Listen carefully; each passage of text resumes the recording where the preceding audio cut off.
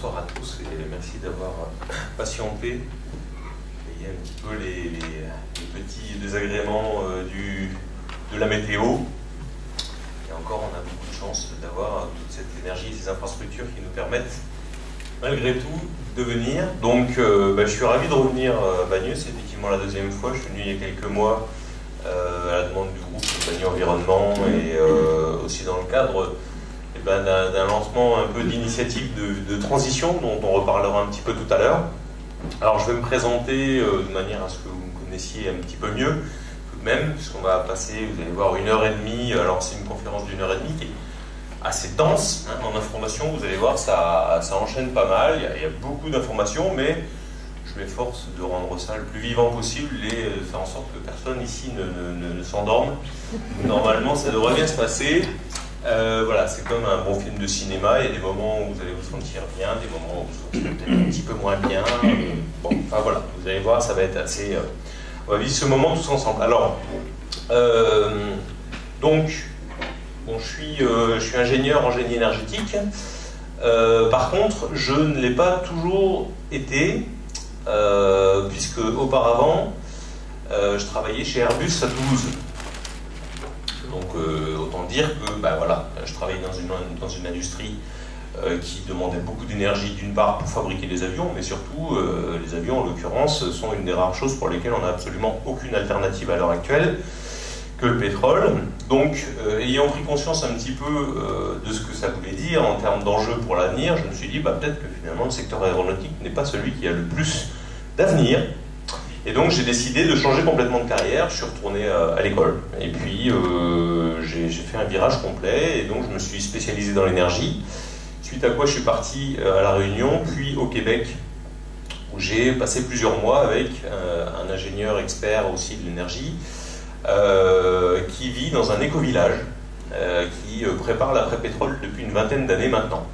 Donc cet expert a fait un scénario d'indépendance au pétrole pour le Québec d'ici 2030. Et en fait, à ce moment-là, j'ai compris les enjeux, j'ai compris à la fois l'imminence du problème, l'importance du problème, et je me suis aussi rendu compte du fait que quasiment personne ne parlait de ce problème de l'approvisionnement pétrolier, notamment donc de la question du pic pétrolier, ce mot que vous voyez affiché à l'écran. Donc moi je suis revenu en France, je me suis dit bon, il va peut-être falloir essayer d'informer un petit peu les gens sur cette question-là. Juste pour avoir une idée, il y aurait combien de personnes ici dans cette salle qui sauraient expliquer à quelqu'un d'autre ce qu'est le pic pétrolier? Petite idée, mais... Même pas les personnes qui ont vu ma conférence, c'est pas possible.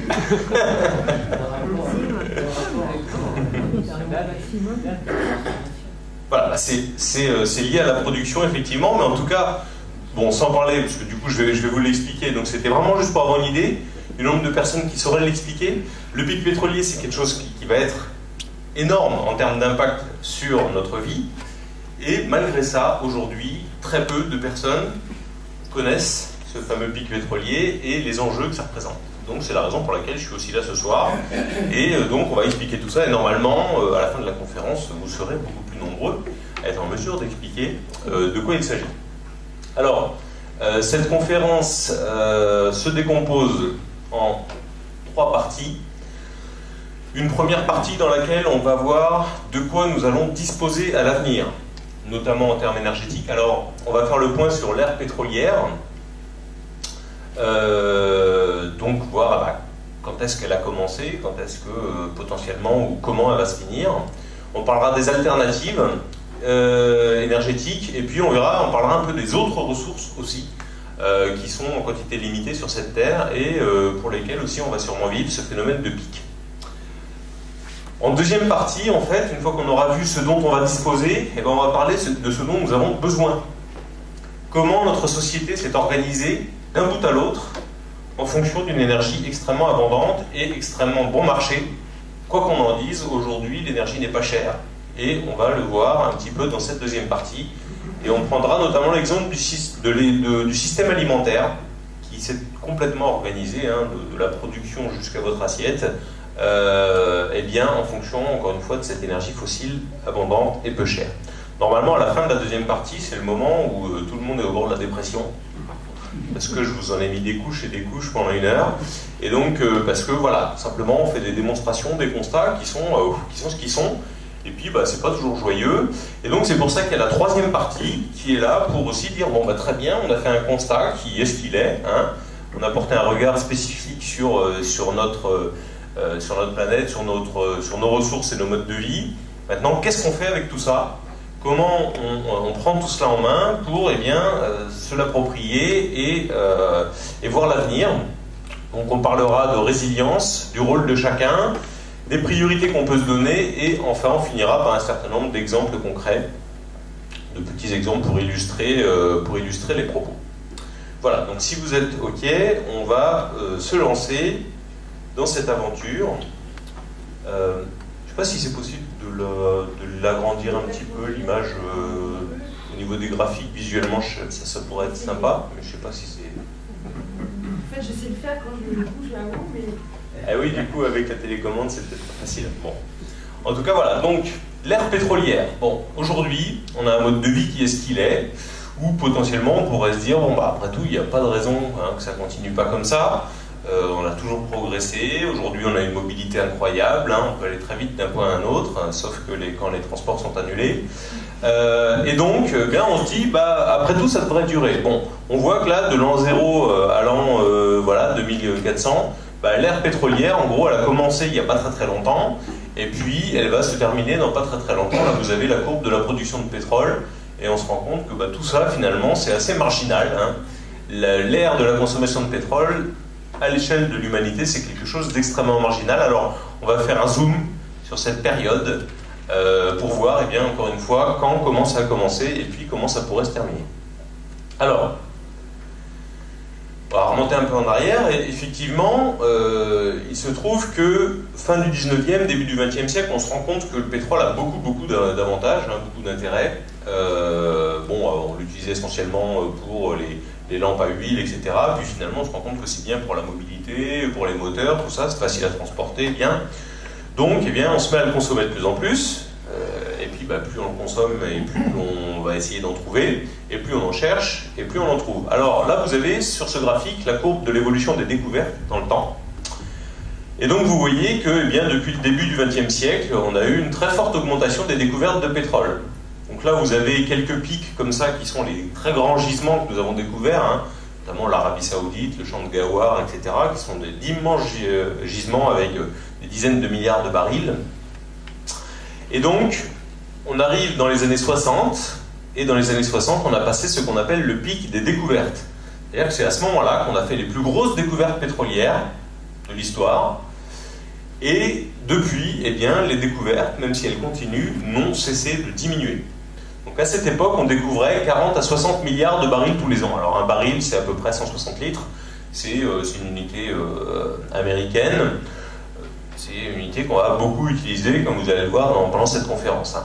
Alors donc, à l'époque, on découvrait 40 à 60 milliards de barils tous les ans. Et aujourd'hui, on trouve toujours du pétrole. Donc vous entendez toujours aux informations régulièrement, on a trouvé du pétrole au large de la Guyane, ou dans la mer du Nord à côté de la Norvège, ou dans le golfe du Mexique, tout ça. Donc on vous annonce à chaque fois des découvertes comme si on avait découvert l'Arabie Saoudite, quoi. Et si vous écoutez les chiffres, vous vous rendrez compte qu'en fait, les chiffres absolument dérisoires au regard de ce qu'on trouvait à l'époque. Hein. On va vous annoncer une découverte de 500 millions de barils, même des fois beaucoup moins. Au mieux, vraiment les très très gros gisements découverts aujourd'hui, ça va aller peut-être 1 milliard de barils, mais c'est vraiment le grand maximum. Donc, aujourd'hui, quand on consomme 4 barils de pétrole, on ne trouve plus qu'un. Donc, évidemment, on va avoir un problème, puisque à l'époque, on ne consommait pas grand-chose, mais on en trouvait beaucoup. Et maintenant, on en consomme beaucoup, puis on n'en trouve plus, ou en tout cas de moins en moins. Donc, on trouve toujours du pétrole, mais faites attention, à chaque fois que vous entendez ce genre d'informations, faites attention aux ordres de grandeur. Hein, parce qu'on vous vendrait n'importe quoi aux informations. Toujours faire attention aux ordres de grandeur, c'est extrêmement important. On trouve du pétrole, mais aujourd'hui, c'est maximum 10 milliards de barils par an. Donc au niveau des réserves pétrolières, alors, il ne faut pas essayer d'avoir un chiffre extrêmement précis. Chaque année, il y a des publications hein, de British Petroleum ou du Oil and Gas Journal, etc., des estimations qui sont là pour dire on a tant de pétrole dans les réserves. Ces chiffres sont au milliard de barils près, donc c'est 1364 milliards de barils par exemple. Alors, il faut savoir qu'en fait ces chiffres sont absolument pas fiables. En gros, les experts s'accordent à dire que on est sûr que les chiffres sont faux. Le seul truc, c'est qu'on ne sait pas de combien. Voilà. Alors, aujourd'hui, quand on parle avec un certain nombre d'experts, notamment des experts indépendants, qui ont bossé pendant 40 ans chez Total, comme directeur de la prospection ou des choses comme ça, c'est des gens qui vont vous dire, bon, aujourd'hui, le degré de certitude, de fiabilité en tout cas des chiffres, c'est de l'ordre de plus ou moins 20%. C'est vous dire. Donc ça ne sert à rien de vous donner des chiffres avec des virgules, etc. Ça n'aurait aucun sens. Donc là, je vous donne un chiffre qui ressort d'une compilation un petit peu d'avis, notamment d'experts indépendants, par rapport à la situation réelle et par rapport à ce qui peut être trouvé chaque année. Donc il nous resterait à peu près 1000 milliards de barils de réserves de pétrole brut, donc c'est du pétrole liquide et exploitable de manière conventionnelle, et 500 milliards de barils de pétrole dit extra lourd. Ce qu'on appelle du pétrole extra lourd, c'est du pétrole qui est très dense, plus lourd que l'eau en fait. C'est-à-dire que normalement du pétrole ça flotte, hein. Quand il y a une marée noire, le pétrole il flotte à la surface. Le pétrole extra lourd il est plus lourd que l'eau, donc en fait il coule. Et il est presque à l'état solide, hein. Donc du coup il faut le liquéfier pour réussir à l'extraire. C'est par exemple les sables bitumineux du Canada. Il faut aller le chercher à la pelleteuse, ou alors il faut aller le chauffer, envoyer de la vapeur d'eau dans le sol pour réussir à le liquéfier pour ensuite pouvoir l'extraire. Bon bref, donc on a décidé de le séparer pour pouvoir justement bien différencier ces choses qui n'ont pas vraiment grand chose de comparable. Donc 1500 milliards de barils de pétrole qui resteraient à peu près. C'est l'ordre de grandeur qu'il faut avoir à l'esprit sur les réserves qu'il nous reste. Et ces réserves, dans quoi sont-elles contenues? Je ne sais pas quelle image vous vous faites d'une réserve de pétrole, si vous imaginez un trou dans le sous-sol, comme ça, qui serait rempli de pétrole, et puis hop, on ira tremper un tuyau, puis aspirer le pétrole, comme ça, jusqu'à la dernière goutte. Donc, je ne sais pas si c'est comme ça que vous le représentez, mais en tout cas, c'est pas comme ça. Un gisement de pétrole, c'est une roche, d'accord? C'est un caillou qui a des trous tout petits, et ce caillou, cette roche, est imbibée de pétrole, de gaz. Donc, vous avez ce qu'on appelle la roche-mère, c'est la roche dans laquelle est né le pétrole, hein, dans laquelle il s'est formé, hein, d'où son nom. Et c'est celle-là qui, en fait, contient le gaz et le pétrole de schiste, hein, dont vous entendrez parler beaucoup plus précisément la prochaine fois. Et cette roche est tellement dense, en fait, hein, les trous sont tellement petits, eh bien que le gaz et le pétrole ne peuvent pas circuler à travers cette roche. Et c'est pour ça qu'il faut que l'homme y aille avec tous ses moyens matériels et techniques pour fracturer la roche et permettre au gaz et au pétrole de s'échapper. Voilà. Donc ça, c'est la première difficulté pour la roche-mère. Et sinon, le pétrole conventionnel est dans ce qu'on appelle des roches réservoirs, qui sont beaucoup plus poreuses, avec des trous beaucoup plus gros, et qui permettent donc de faire circuler beaucoup plus facilement le pétrole et le gaz à travers elles. Donc il faut bien comprendre que l'exploitation du pétrole, c'est pas comme un réservoir de voiture, hein, où vous roulez à 130 sur l'autoroute, et puis à un moment donné, pouf, il n'y a plus une goutte, et puis ça s'arrête. On ne va pas vider les réserves de pétrole jusqu'à la dernière goutte au même rythme. C'est pas comme un verre qu'on vide avec une paille. D'accord ? Il faut bien visualiser ça. Donc il y a des contraintes techniques qui viennent de plus en plus freiner la production, parce que plus ça va, et plus le pétrole est visqueux, et plus les trous sont petits, et donc plus ça va, et plus la production, inévitablement, va devoir être ralentie. Et j'en viens donc au troisième élément qui nous intéresse, après les découvertes et les réserves. Donc on a découvert notre pétrole, on a des réserves, mais ça ne sert à rien d'avoir des réserves si on n'est pas capable de l'extraire, ce pétrole. Et donc on vient à la notion de capacité de production. Qu'est-ce qui est important? C'est la possibilité que nous avons tous, à chaque fois qu'on va faire à la station-service pour faire le plein de la voiture, eh bien, justement, d'avoir de l'essence qui sort du robinet. Et ça, partout dans le monde entier, dans toutes les stations-service de la planète, et tous les jours. Ça veut dire qu'il faut, en gros, que le robinet général de la production mondiale soit suffisamment gros et suffisamment ouvert pour permettre à nous tous, au quotidien, d'être approvisionnés. Et donc ça va pour les stations-service, mais ça va aussi pour toutes les usines qui font les plastiques, qui font les médicaments, qui font les vêtements, qui font toutes ces choses-là, et toutes ces choses qui dépendent évidemment du pétrole. Donc ça, c'est ce qu'on appelle la capacité de production, c'est la capacité de tous les producteurs de pétrole dans le monde à approvisionner le marché à un rythme suffisant pour répondre à notre demande qui évidemment ne cesse d'augmenter puisqu'on est de plus en plus nombreux et puis qu'on consomme tous de plus en plus. Alors si on reprend le même graphique que tout à l'heure où il y avait nos découvertes, hein, donc vous aviez la courbe des découvertes ici, eh bien on voit que donc avec quelques années de décalage, on a vérifié que les gisements étaient rentables, on a installé les forages, on a installé les raffineries, on a construit des super-tankers qui permettent de le transporter, tout ça. Et puis la production commence. Alors vous voyez, pouf, ça commence doucement, hein, à peu près là, et puis très rapidement, à partir de la Seconde Guerre mondiale, puis hop, la production pétrolière augmente à une vitesse absolument incroyable. Vous voyez cette courbe là qui monte de manière exponentielle. On arrive au premier choc pétrolier, boum, hop, on prend un coup sur la tête, là, la production elle se casse un peu la figure. Deuxième choc pétrolier, pareil, ici, et puis là on voit que ça continue de monter, mais à un rythme évidemment qui n'a plus rien à voir avec ce que nous avons connu à partir de la Seconde Guerre mondiale jusque dans les débuts des années 70. Donc tout ce que vous avez sous la courbe là en fait, eh bien c'est tout le pétrole que nous avons consommé depuis le début de l'ère pétrolière, hein. Et donc ça correspond à peu près à 1300 milliards de barils. Donc vous voyez, je vous ai dit tout à l'heure qu'en gros il nous restait à peu près 1500 milliards de barils, on en aurait consommé à peu près 1300, donc on pourrait se dire, bon, on a consommé à peu près la moitié des réserves pétrolières mondiales, donc potentiellement on peut se dire qu'on est encore tranquille pendant un petit moment. On arrive bon, là c'est le chiffre pour 2011. 2011, 32 milliards de barils consommés dans l'année. 2012, c'était à peu près pareil, puisque la production n'a quasiment pas évolué entre 2011 et 2012. Donc, 32 milliards de barils par an. Alors, c'est pas forcément évident de se rendre compte comme ça, parce que ça peut représenter 32 milliards de barils. Hein. C'est assez difficile. Alors, pour vous faciliter un petit peu les choses, d'accord, vous allez imaginer du coup la surface de votre département, qui sont, si je ne me suis pas trompé, les Hauts-de-Seine, d'accord? Donc déjà essayez d'imaginer la surface de votre département, ce que ça peut représenter. Et donc vous imaginez une espèce de piscine de 30 mètres de profondeur qui ferait toute la surface du département. Et bien là vous avez 32 milliards de barils. Voilà.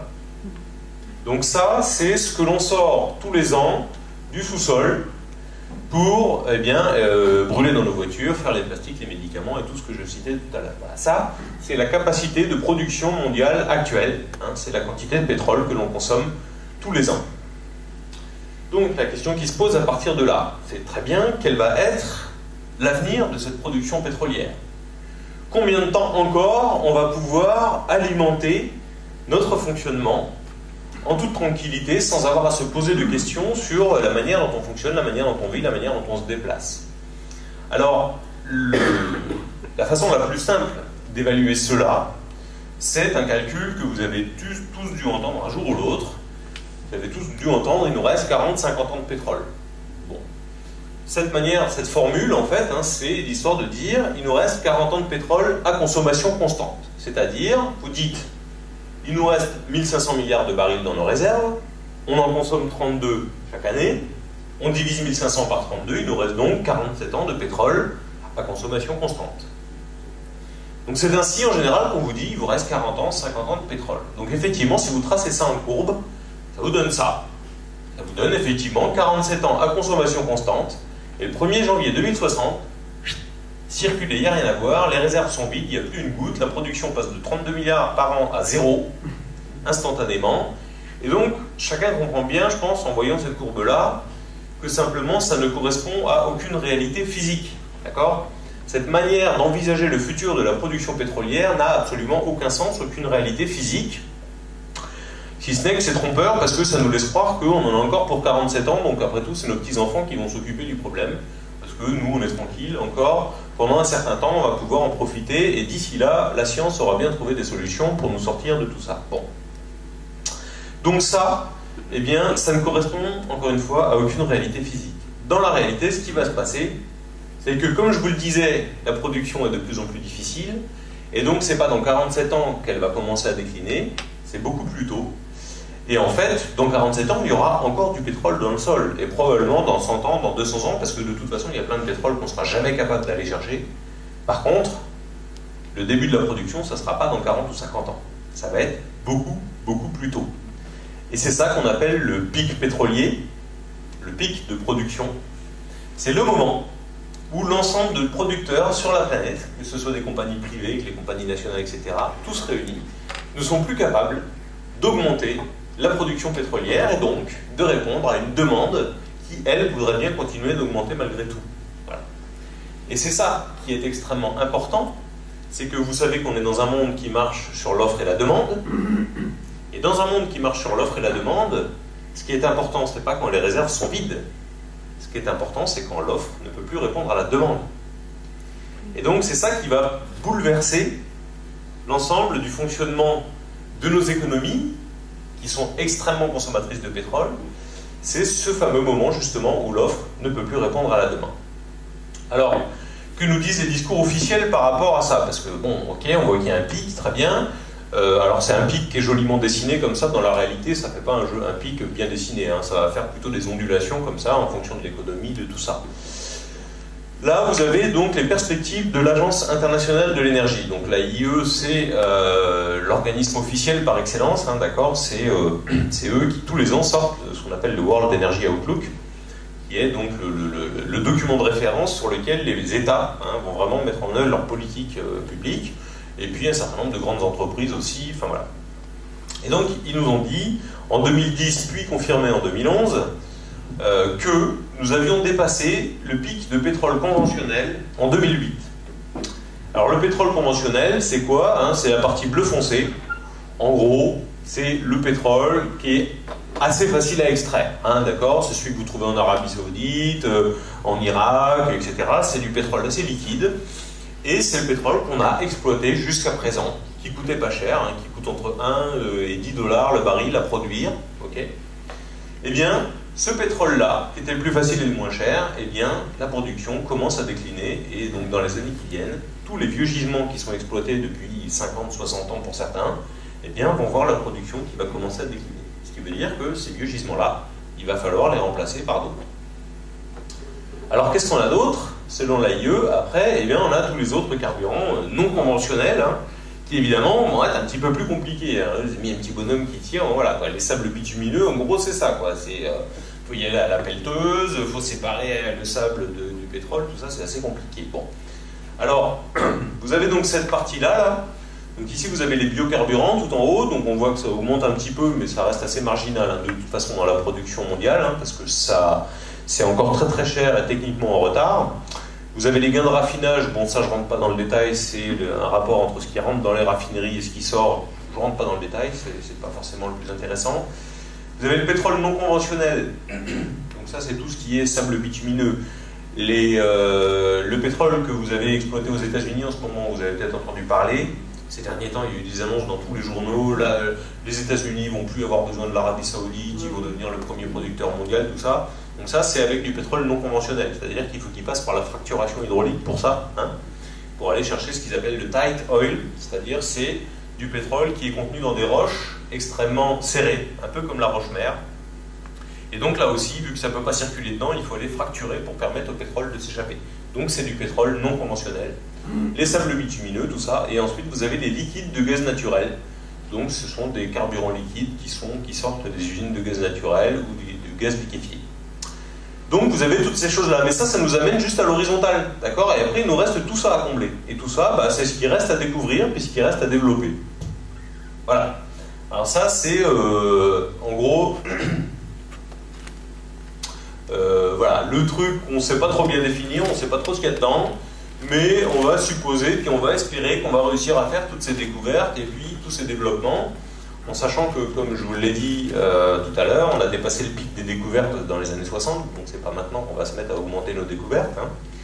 Et donc, voilà, cette partie-là, elle est évidemment discutable, mais elle nous permet tout de même d'avoir une courbe qui continue de monter tranquillement jusqu'en 2035, et de dire, c'est bon, ne vous inquiétez pas, tout va bien se passer, parce que l'AIE est optimiste, parce qu'il faut rassurer tout le monde, il faut inspirer confiance, et quand on est optimiste, on ne fait pas une courbe qui descend. Ça se fait pas. Bon. Donc, celle-là descend, mais vu que celle-là descend, on compense avec des trucs, on ne sait pas trop ce que c'est, mais voilà. Donc, je vous propose, alors ce qui est intéressant à retenir, c'est au moins ça. L'AIE admet que l'ensemble des vieux gisements qui sont les plus faciles et les moins coûteux ont entamé leur déclin. Je vous propose du coup une version alternative. Le 15 novembre 2012, là, j'ai présenté les conclusions d'un rapport que j'ai fait devant le Parlement européen à Bruxelles. Donc, pour cette étude, j'ai pris en fait tous les scénarios les plus pessimistes, les plus optimistes, sur les différents types de production, donc sur le non conventionnel, le pétrole aux États-Unis, etc., etc., les taux de déclin de la production des gisements conventionnels, tout ça. Bon. Et donc, eh bien, j'ai essayé de voir qu'est-ce qu'on pouvait avoir comme fourchette de perspectives de production pour l'avenir. Et donc là, vous avez le scénario central, le scénario moyen, c'est-à-dire j'ai pris les plus optimistes, les plus pessimistes, et j'ai pris celui, enfin, au milieu, ça donne ça. Au milieu, ça donne effectivement une production qui va décliner, commencer à décliner aux alentours de 2014-2015, avec, malgré tout, vous voyez que le pétrole non conventionnel, les liquides de gaz naturel, etc., tout ça, ça augmente, effectivement. Hein, et vous allez avoir une augmentation de tous ces pétroles-là. Par contre, eh bien, le taux de déclin est tel ici, et les découvertes et développements ne seront pas suffisants. Et donc, vous allez avoir, et donc, de l'avis de la plupart des experts, surtout indépendants, une production mondiale de carburant liquide qui va commencer à décliner avant 2020. Donc, entre 2014 et 2020. Donc ça, c'est, en gros, voilà, il y a de très très très fortes probabilités que cela se passe comme ça. Si on était dans un monde idéal, qu'il n'y ait aucun problème géopolitique, qu'on ait suffisamment d'argent à investir, qu'il n'y ait aucune contrainte environnementale, etc., on pourrait avoir une production qui continue de monter. Mais les contraintes sont devenues telles à tous les niveaux, hein, c'est-à-dire que l'Irak, on n'arrive pas à faire des installations parce qu'il y a des attentats partout, les sables bitumineux, on se rend compte qu'il faut des investissements colossaux et les contraintes environnementales sont énormes, etc., etc. Et on se rend compte que dans un monde idéal où, enfin idéal, encore ça dépend pour qui, hein, mais dans un monde où, a priori, tout se passerait bien, eh ben, on pourrait avoir la production qui va monter, mais les contraintes sont telles que la production ne pourra pas continuer à monter au-delà de 2020.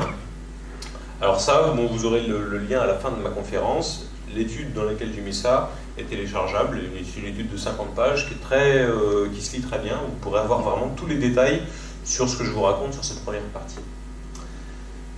Ensuite, bien sûr, il y a le prix, c'est-à-dire que c'est pas le tout la question de la production, mais il est évidemment important de comprendre le lien entre le prix du pétrole, la production de pétrole et l'économie.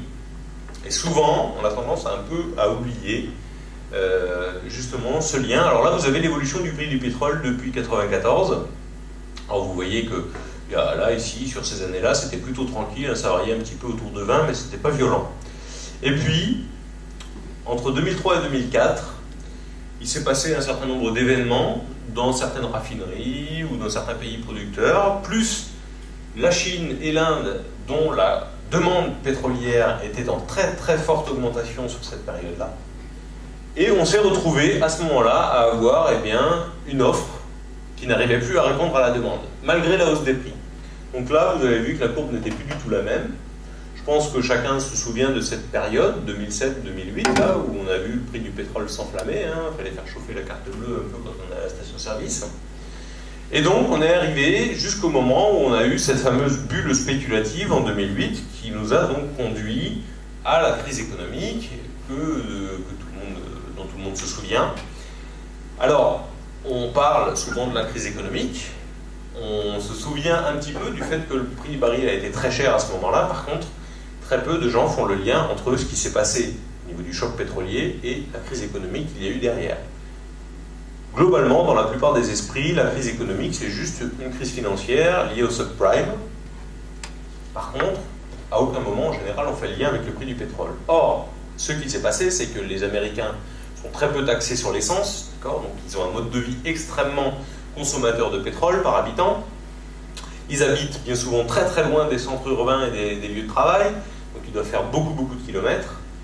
Et bien à ce moment-là, au moment où justement le pétrole augmentait fortement, la croissance a commencé à être en berne aux États-Unis. Donc à ce moment-là, il faut relancer la croissance. Alors pour relancer la croissance, en général, aux États-Unis, on relance la croissance par l'endettement. Bon, alors pour faire ça, on facilite l'accès au crédit et donc notamment on accorde les crédits subprime, donc à des gens à qui normalement on n'aurait pas accordé parce qu'ils n'étaient pas forcément solvables ou qu'il y avait plein de chances que justement ils n'arrivent pas à rembourser.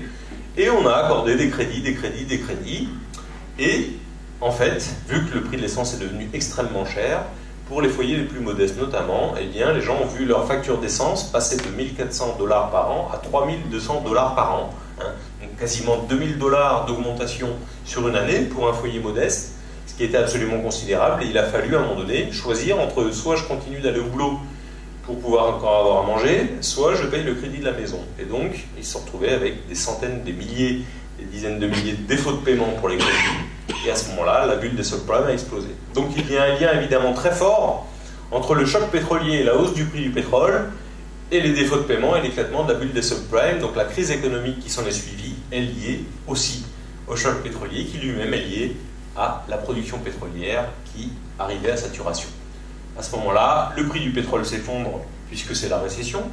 Récession, les entreprises s'arrêtent, plus de consommation, les gens restent chez eux, donc à ce moment-là, on n'a plus besoin de pétrole, le prix s'effondre, et la croissance peut repartir à nouveau, et à nouveau on se retrouve avec des prix au-delà de 100 $ le baril. À retenir de tout ça, il y a un lien permanent entre l'état de l'économie et le prix du pétrole. Aujourd'hui, on ne sait plus trop à quoi s'en tenir, parce qu'un jour on nous dit, vous avez vu, regardez, le prix du pétrole est très cher, ça ne va pas redescendre, et puis 2 mois plus tard, pouf, à nouveau c'est redescendu, on est retombé à 80 $, et on ne comprend pas. En fait, c'est simplement qu'aujourd'hui, si le pétrole est redescendu à 80 $, ça ne veut pas du tout dire qu'on a résolu le problème du pétrole. C'est juste qu'on est en récession. Et quand on est en récession, la demande mondiale baisse. Voilà. Donc, si la demande baisse, eh bien, le prix baisse. Et donc, à ce moment-là, on se rend compte qu'il y a un lien permanent entre le prix du pétrole et l'économie.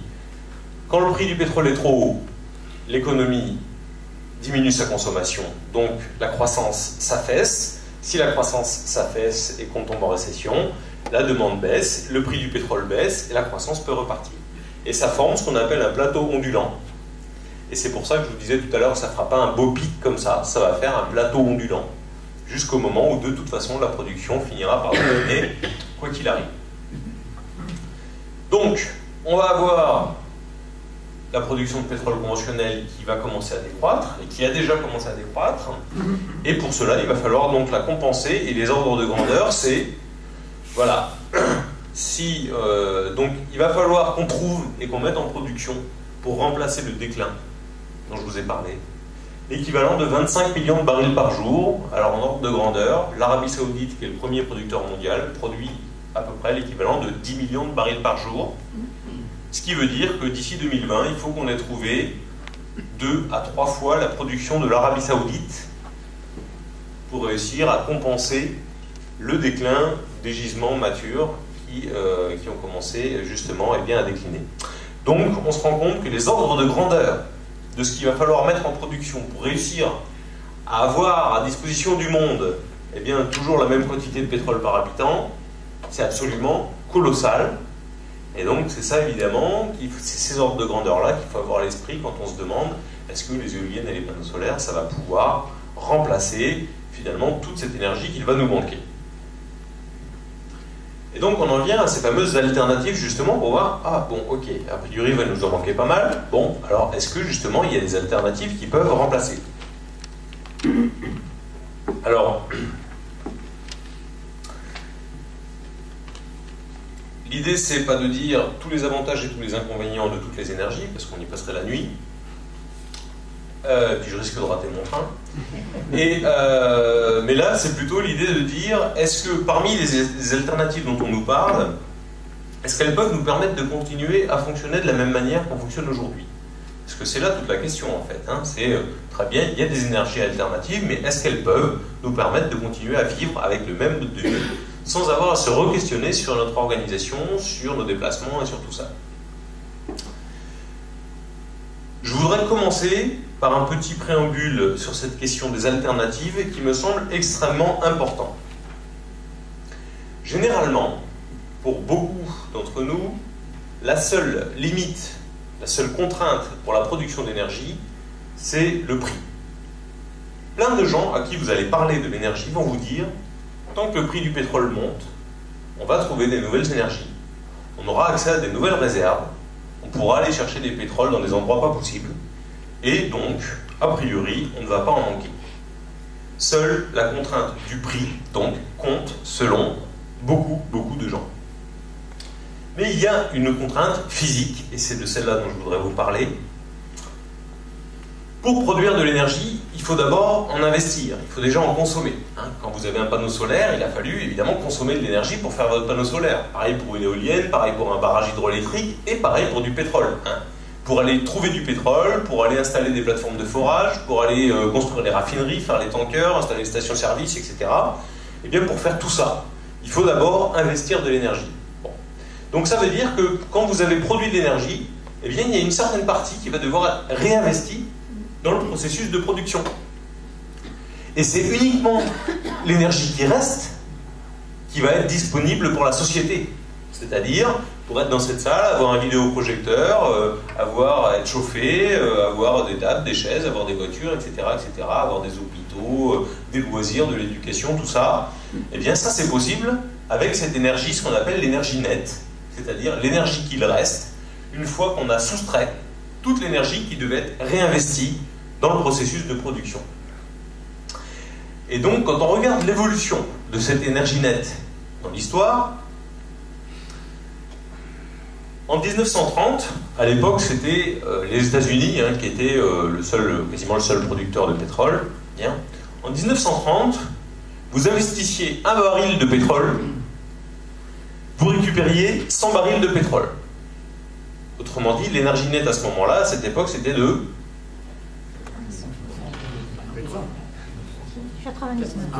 99. L'énergie nette, 99. Puisqu'effectivement, voilà, sur vos 100, vous en récupérez un que vous allez réinvestir dans le processus de production. Bon, donc 99 barils d'énergie nette. Donc, vous investissez un, vous en avez 99 de disponibles pour votre société pour faire tout ce que vous voulez. En 1950, 20 ans plus tard, déjà on était tombé à 25. Donc là, on avait pris un gros coup.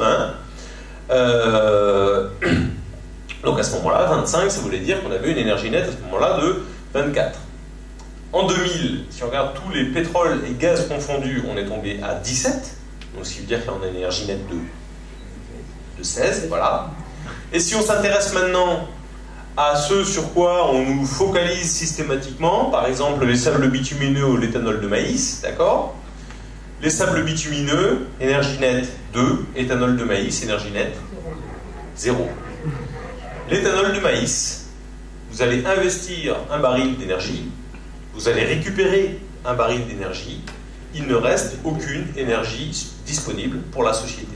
Vous avez là simplement un bilan comptable qui fait que parce que c'est subventionné, vous allez faire vivre des agriculteurs avec ce genre de truc, mais physiquement, l'énergie qui reste pour la société, elle est nulle. Donc là, on se rend compte évidemment que pour que notre société fonctionne telle qu'elle fonctionne aujourd'hui, avec toutes les infrastructures énormes, avec tous les bâtiments, les moyens de transport, etc., enfin les folies des grandeurs que nous avons, les tours d'1 kilomètre de haut, etc., on se rend bien compte que si on n'a pas l'énergie nette disponible pour le faire, cette énergie disponible pour la société, eh ben ça va être compliqué. Or, on se rend compte que toutes les énergies sur lesquelles on nous dit « Mais regardez, avec les sables bitumineux, on en a encore pendant des centaines d'années », ben oui, mais il va rester quoi? Qu'est-ce qui va rester? Et donc on estime à peu près, pour qu'une société industrielle fonctionne, il faut avoir une énergie nette minimum de 7 à 9, à peu près. Voilà. Pour justement pouvoir faire fonctionner les services sociaux, l'éducation, les hôpitaux, etc., etc. Voilà. 7 à 9, on ne pourra jamais avoir une société industrielle telle qu'elle fonctionne aujourd'hui, basée sur des sables bitumineux. Ce ne sera pas possible, il n'y aura jamais assez d'énergie disponible. Donc c'est important de se rendre compte qu'il y a aussi une limite physique à l'exploitation des ressources et que tout cela n'est pas qu'une question de prix.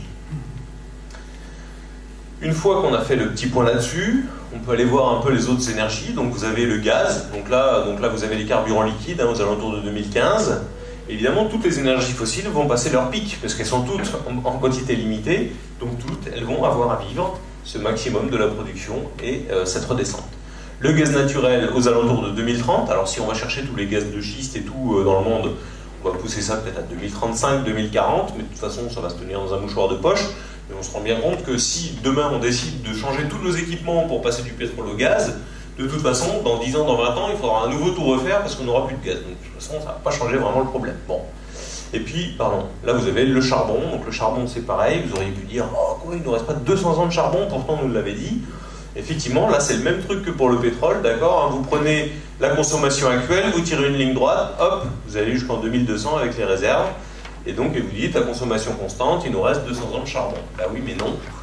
Aujourd'hui, le charbon augmente en termes de consommation. En Chine, on construit une centrale à charbon par semaine. Il en est prévu, je ne sais plus combien de milliers dans le monde dans les années qui viennent.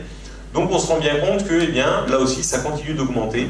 Et le moment où ça va commencer à décliner, la production de charbon, ça ne sera pas dans 200 ans. Ça sera beaucoup plus tôt, ça va être aux alentours de 2050-2060.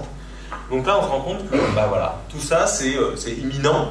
C'est des choses que nous allons vivre dans les décennies qui viennent. Donc si on se rabat sur l'une ou l'autre de ces énergies, de toute manière, on va être confronté aux mêmes soucis. Et je ne parle pas du climat. Bon.